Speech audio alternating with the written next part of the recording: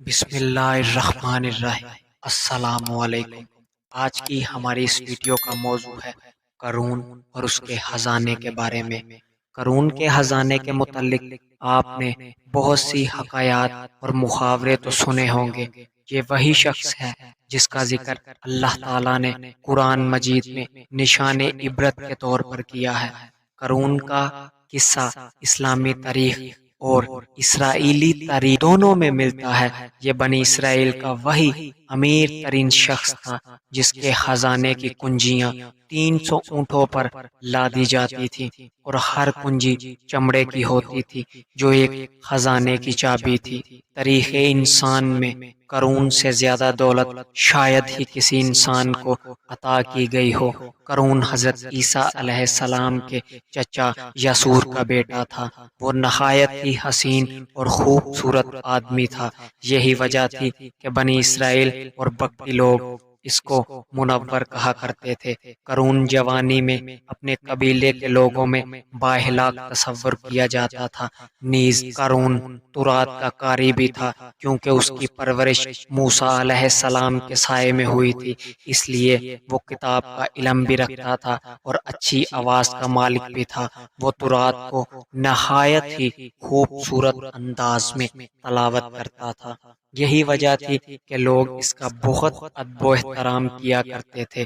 قارون حضرت موسیٰ علیہ السلام پر ایمان لے آیا، اور جب بنی اسرائیل کو ٹکٹکیوں کی غلامی سے نجات ملی تو وہ ان سب کے ساتھ مل کر مصر کی سرزمین سے ہجرت کر کے موتا چلا گیا۔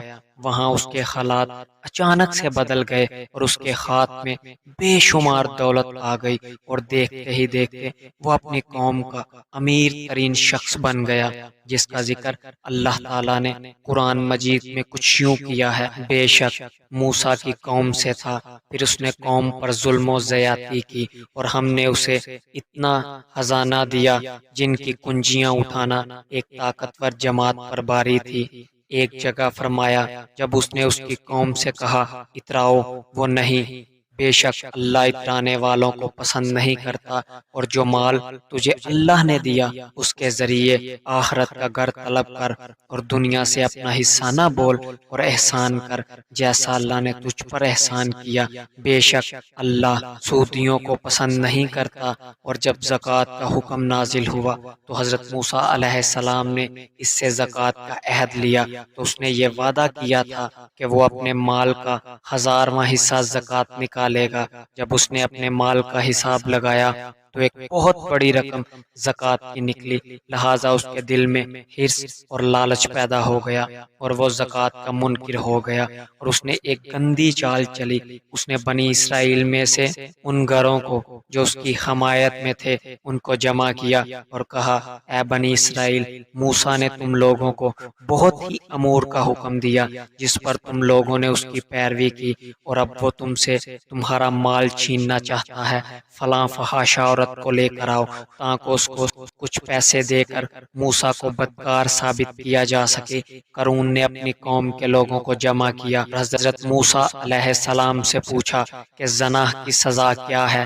حضرت موسیٰ علیہ السلام نے کہا، جو زنا کرے حالانکہ اس کی بیوی ہی کیوں نہ ہو، اسے سنسار کیا جائے یہاں تک کہ وہ مر جائے۔ قارون نے حضرت موسیٰ علیہ السلام سے کہا کہ حتیٰ یہ کام آپ نے ہی سر انجام دیا ہو تو حضرت موسیٰ علیہ السلام نے کہا، ہاں، اگر میں نے بھی یہ کام سر انجام دیا ہو تو بھی۔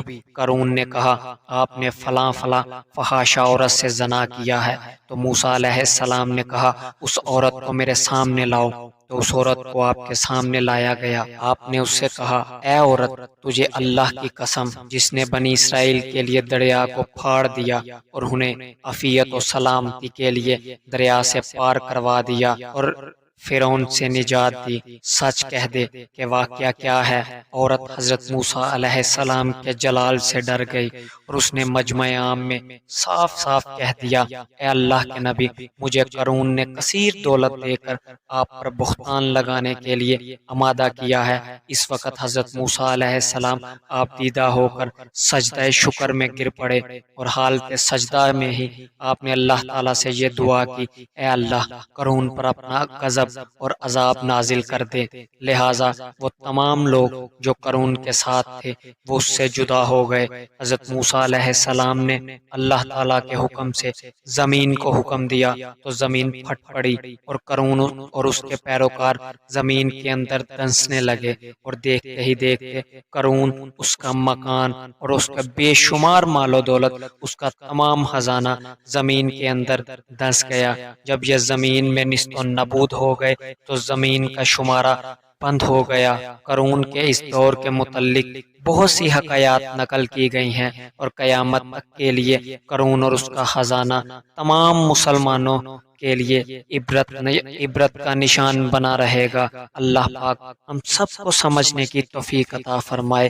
اللہ پاک ہم سب کا حامی و ناصر ہو۔ اگر آپ کو یہ ہماری ویڈیو پسند آئی ہو تو ہمارے چینل کو سبسکرائب کریں تاکہ آنے والی تمام ویڈیو آپ تک بآسانی پہنچ جائیں۔ والسلام۔